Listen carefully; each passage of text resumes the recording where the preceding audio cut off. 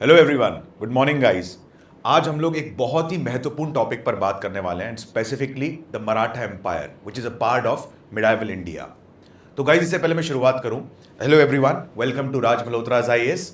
इससे पहले हम लोगों ने एंशिएंट इंडिया की बात की थी और एंशिएंट इंडिया में हम लोगों ने सबसे बेहतरीन टॉपिक देखा था दोस्तों, एंड दैट वाज बुद्धिज्म। आज हम लोग अगले टॉपिक की बात करेंगे, स्पेसिफिकली अगर देखा जाए तो मराठा एम्पायर।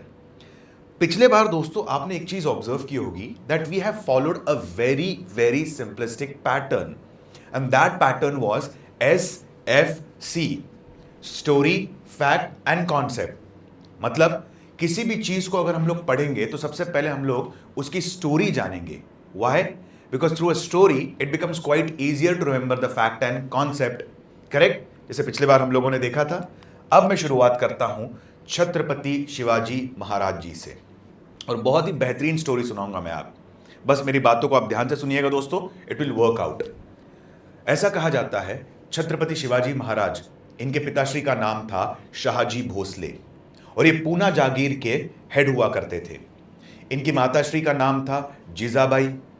ऐसा कहा जाता था इनके पॉलिटिकल गुरु हुआ करते थे दादाजी कोंडदेव, और शस्त्र और शास्त्र विद्या दोनों इन्होंने दादाजी कोंडदेव से सीखी हैं।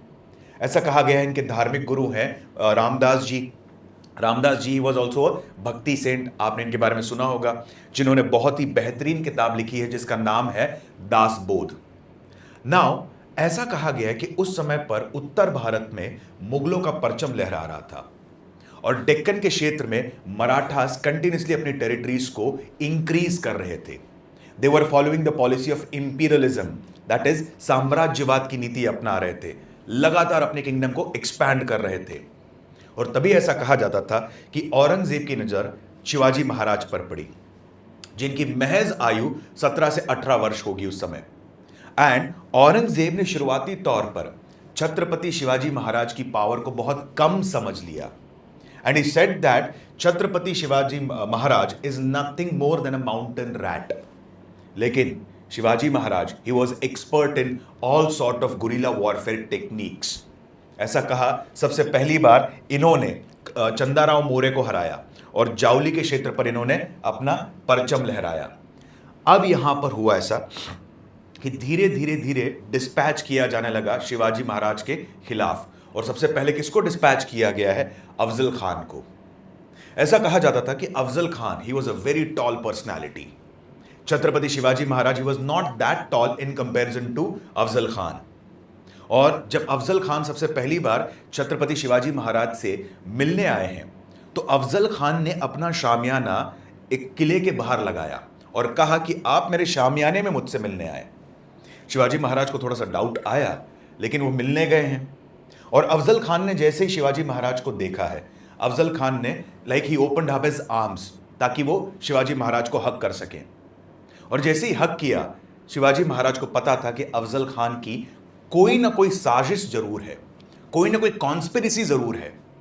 खंजर निकाला और छत्रपति शिवाजी महाराज जी के पीठ पर मारा। Shivaji Maharaj ji he was a very cunning personality and he was expert in guerrilla warfare technique, और ये इसी मौके के फिराक में तो थे। इन्होंने क्या किया? टाइगर क्लॉज निकाले और अफजल खान का खात्मा कर दिया। कुछ समय बीत गया, मुगलों के द्वारा भेजा गया शैस्त खान। पूना के पास एक जगह पड़ती है कात्रज, और ऐसा कहा गया है कि शैस्त खान ने लगातार 1 से 1.5 साल तक कात्रज को एक रणभूमि बना दिया था, और लगातार he was plundering this region, लूटपाट मचा के रखा था। और कात्रज के पास लाल महल में अपनी 50 से 60 हजार की सेना के साथ ये वहीं पर रुक गया। किसानों को त्रस्त किया। शिवाजी महाराज परेशान हुए कि किस प्रकार से शैस्त खान से छुटकारा पाया जाए। लेकिन शैस्त खान, भले इसने इतनी सारी जगह एक्वायर की थी, बट इसके मन में एक भय था शिवाजी महाराज का। और स्पेसिफिकली ऐसा कहा जाता है कि यह व्यक्ति जब सोया करता था तो इसके गेट के बाहर कम से कम 10 बॉडीगार्ड्स, पैलेस के ऊपर 50 बॉडीगार्ड्स, एंड ये सब के सब एक्सपर्ट धनुर्धारी हुआ करते थे। साथ में ये एक तलवार और 2 बंदूकें लेकर सोया करता था। इतना खौफ था शिवाजी महाराज का। अब समय बीतता चला गया। शिवाजी महाराज ने सोचा किसी प्रकार से शैस्त खान से हमको छुटकारा पाना है, और शैस्त खान से यदि हमको छुटकारा पाना है तो कुछ ना कुछ रणनीति का इस्तेमाल करना पड़ेगा। एक सरदार आया शिवाजी महाराज के पास और शिवाजी महाराज से कहा कि आप हमारी तनख्वाह बढ़ाइए। ठीक है, तब शिवाजी महाराज ने कहा कि यहां पर किसानों से महसूल नहीं आ रहा है, टैक्स नहीं आ रहा है, आप इस समय पर स्वतंत्र की कंडीशन देख ही रहे हो, मैं कहां से आपकी तनख्वाह बढ़ा दूं। तब इन्होंने कहा जहां पर मुझे कहीं ना कहीं पर उचित सम्मान ना मिले और उचित तनख्वाह ना मिले, वहां काम करके क्या मतलब। ये निकल गए। निकलने जब ये गए हैं, ये किसके पास गए? शाइस्ता खान के पास। ये सरदार शाइस्ता खान से कहा कि मुझे अपनी सेना में शामिल कर लो। शाइस्ता खान ने कहा मैं तुम पे भरोसा कैसे कर लूं, हो सकता है तुम्हें शिवाजी महाराज ने भेजा हो मेरा खात्मा करने के लिए। इस आदमी ने कहा मुझे शिवाजी महाराज का सोना कहां रखा गया है ये मुझे पता है। बोले प्रूफ करके दिखाओ पहले। यह आदमी गया और यहां से हिडन दरवाजे से एक बहुत बड़े इसमें ये सोना लेकर आ गया। शाइस्ता खान खुश हुआ और शाइस्ता खान ने अपनी सेना में इस सरदार को जगा दी। एक्चुअली ये जो व्यक्ति था सरदार, ये भेजा गया था शिवाजी महाराज द्वारा ताकि इंटरनल बातों को पता किया जा सके और पता करने के बाद शिवाजी महाराज को ये फर्निश कर सके इंफॉर्मेशन। कैसे? इस आदमी को पता चला कि छत्रपति शिवाजी महाराज की जो सेना में व्यक्ति है, काम कर रहा है, उसका जो जीजा है, he is working as a mali for Shaista Khan. और कहीं ना कहीं पर शाइस्ता खान की पत्नियों के लिए, बीवियों के लिए ये व्यक्ति फूल लाया करता था और वो सारी की सारी इंफॉर्मेशन सरदार को देता था, जो जाके छत्रपति शिवाजी महाराज को देते थे। रमजान का पाक महीना था, ऐसा कहा जाता था। उस दिन औरंगजेब का जन्मदिन भी था और शिवाजी महाराज जी स्पेसिफिकली ये 400 मावलन सोल्जर्स के साथ बढ़े हैं कातरज की ओर। अब ये कातरज की ओर बढ़े हैं तो ऐसा लग, इस समय पर शाइस्ता खान सो रहा था। अब एंटर कैसे हुआ जाए कातरज के किले में? तो इन्होंने क्या किया, मावलन सोल्जर्स थे और इनकी सेना में एक व्यक्ति था जिसका नाम था इब्राहिम खान। इब्राहिम खान को एक दूल्हे का रूप दिया और उसकी सवारी निकाली गई। जब जाने लगे तो शाइस्ता खान के बॉडीगार्ड्स ने पूछा कि ये कौन है, और देखकर ही समझ में आ गया कि बहुत बड़े पठान होंगे, बहुत बड़े सरदार होंगे और शाइस्ता खान से मिलने आए होंगे। रोका नहीं, ये सीधा अंदर पहुंच गए। जब पहुंचे हैं, अब हुआ ऐसा जैसे मैंने बताया था, औरंगजेब का जन्मदिन था। मावलन सोल्जर्स ने कहा जोर से ढोल बजाइए, और जैसे ढोल बजाना स्टार्ट किया, क्या हुआ स्पेसिफिकली, यहां पर कहीं ना कहीं पर शाइस्ता खान की हल्की फुल्की नींद खुल गई, लेकिन समझ में आ गया उसको कि औरंगजेब का जन्मदिन, इसलिए ये बजाया जा रहा है। जहां पर वो सो रहा था उसकी दीवार हल्की सी कच्ची थी। यहां पर Mavlan soldiers led by Shivaji Maharaj, they break through the walls. इसको समझ में आ गया शाइस्ता खान को कुछ तो गड़बड़ है। ये भागा तुरंत। जैसे ही भागा, ये जाकर महिलाओं के कक्ष में छुप गया। शिवाजी महाराज ने पीछा किया और शिवाजी महाराज, उस समय पर ऐसा कहा जाता था कि महिलाओं का बहुत सम्मान करते थे, ये महिलाओं के कक्ष में नहीं गए और ये बुर्खा पहन के बैठ गया शाइस्ता खान। अब ऐसा कहा जाता था कि शिवाजी महाराज ने पूछा कि आपने देखा किसी को शाइस्ता खान को यहां से जाते हुए? शाइस्ता खान ने क्या किया, इशारा करते हुए बोला हाँ वो इस दिशा में गया है। अब ऑब्वियस ही बात है, किसी महिला की आवाज में और किसी पुरुष की आवाज में फर्क होता है। ये समझ गए शाइस्ता खान है, वो भागा वहां से। शिवाजी महाराज ने पीछा किया और वो कैसल की पहली बालकनी से जब कूदने जा रहा था, शिवाजी महाराज ने क्या किया, यहां पर तलवार मारी और जैसे ही तलवार चलाई, ऐसा कहा जाता था स्पेसिफिकली कि इसकी 3 उंगलियां कट गई। ठीक, शाइस्ता खान का पुत्र मारा गया। औरंगजेब को इतना गुस्सा आया कि शाइस्ता खान को बंगाल भेज दिया। अब महाराजा राजा जयसिंह को डिस्पैच किया गया है और शिवाजी महाराज इस समय पर पीस चाहते थे। कारण, ऑलरेडी शाइस्ता खान यहां पर उत्पात मचाकर गया था। प्रॉपर टैक्सेस, प्रॉपर महसूल अभी नहीं आ पा रहा था किसानों से। तब यहां पर संधि करना, ट्रीटी करना, यही उपाय बचा था शिवाजी महाराज के पास। तो एक ट्रीटी साइन की गई जिसका नाम था ट्रीटी ऑफ पुरंदर, जिसके तहत एक तरीके से देखा जाए शिवाजी महाराज ने 23 किले सरेंडर किए, 35 में से 4 लाख हुनास दिए हैं और तब जाकर ये ट्रीटी संभली है। समय बीत गया, दोबारा औरंगजेब का जन्मदिन आया और जब औरंगजेब का जन्मदिन आया तब राजा मान सिंह ने शिवाजी महाराज को इनवाइट किया। शुरुआती तौर पे शिवाजी महाराज जाने के लिए तैयार नहीं थे, लेकिन ऑन बेसिस ऑफ इंसिस्टेंस ये जाने के लिए तैयार हो गए। अब ये पहुंचे वहां। अब जब ये पहुंचे हैं तो इनको क्रोध आ गया। क्रोध क्यों आया?